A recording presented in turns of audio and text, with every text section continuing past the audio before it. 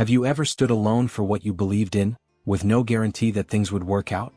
Most people know the story of Daniel in the lion's den, but what if I told you there's a deeper layer you might have missed?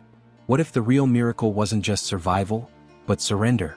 Stay with me as we dive into the untold side of Daniel's story. You won't see this coming.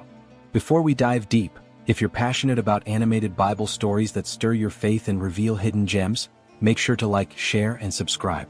This helps us reach more hearts hungry for God's Word.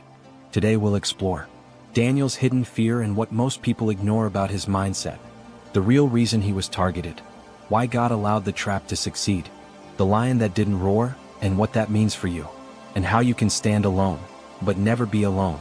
Babylon was a place of gold, gods, and political games. Daniel was no stranger to this. But imagine the pressure. You're successful, highly favored by the king, and suddenly you're told, bow or die. In our animation, picture Daniel alone at his window. Outside, trumpets blare. The decree is loud. No one shall pray to any god but the king. The city kneels. Daniel remains. He closes his eyes. Not because he's fearless, but because he's faithful. Most people think Daniel was targeted for his faith. That's partly true. But look closer. The text says the other governors were jealous of his spirit of excellence. He was blameless in his work. The only fault they could find was his faithfulness. Jealousy in leadership, envy in the workplace. Some of you know exactly how that feels. You serve God, you do right, but it feels like people plot anyway. Daniel understands. Here's the twist. God didn't stop the law from being passed. He didn't stop the arrest. He didn't even stop the lions. Pause and think about that. Sometimes we think obedience means protection from the process. But God often uses the process to reveal his protection. Daniel wasn't spared the den. He was sustained in it. Now imagine the den.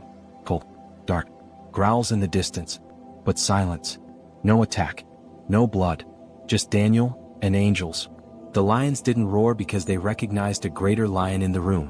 When you carry divine favor, even the wild things in life recognize your covering. We often forget the king's side of the story. That night the king fasted. No music. No entertainment. Just worry. Sometimes, God will even touch unbelievers to pray for you in their own way. Early morning, the king runs to the den. Daniel, servant of the living God, has your God delivered you? Daniel's voice echoes back. My God sent his angel. They shut the lions' mouths. Daniel didn't just come out alive. He came out promoted. But more importantly, the decree changed. The king declared, all people must fear the God of Daniel. Your obedience in private may lead to God's glory in public. The untold part?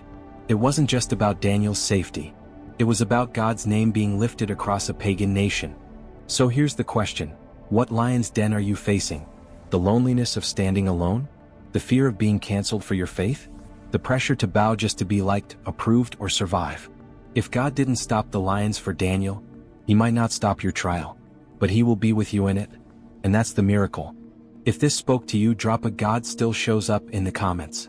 Don't forget to like, share, and subscribe for more animated Bible stories that go beyond the surface. Until next time, stay bold, stay faithful, and remember, you may stand alone, but you are never alone.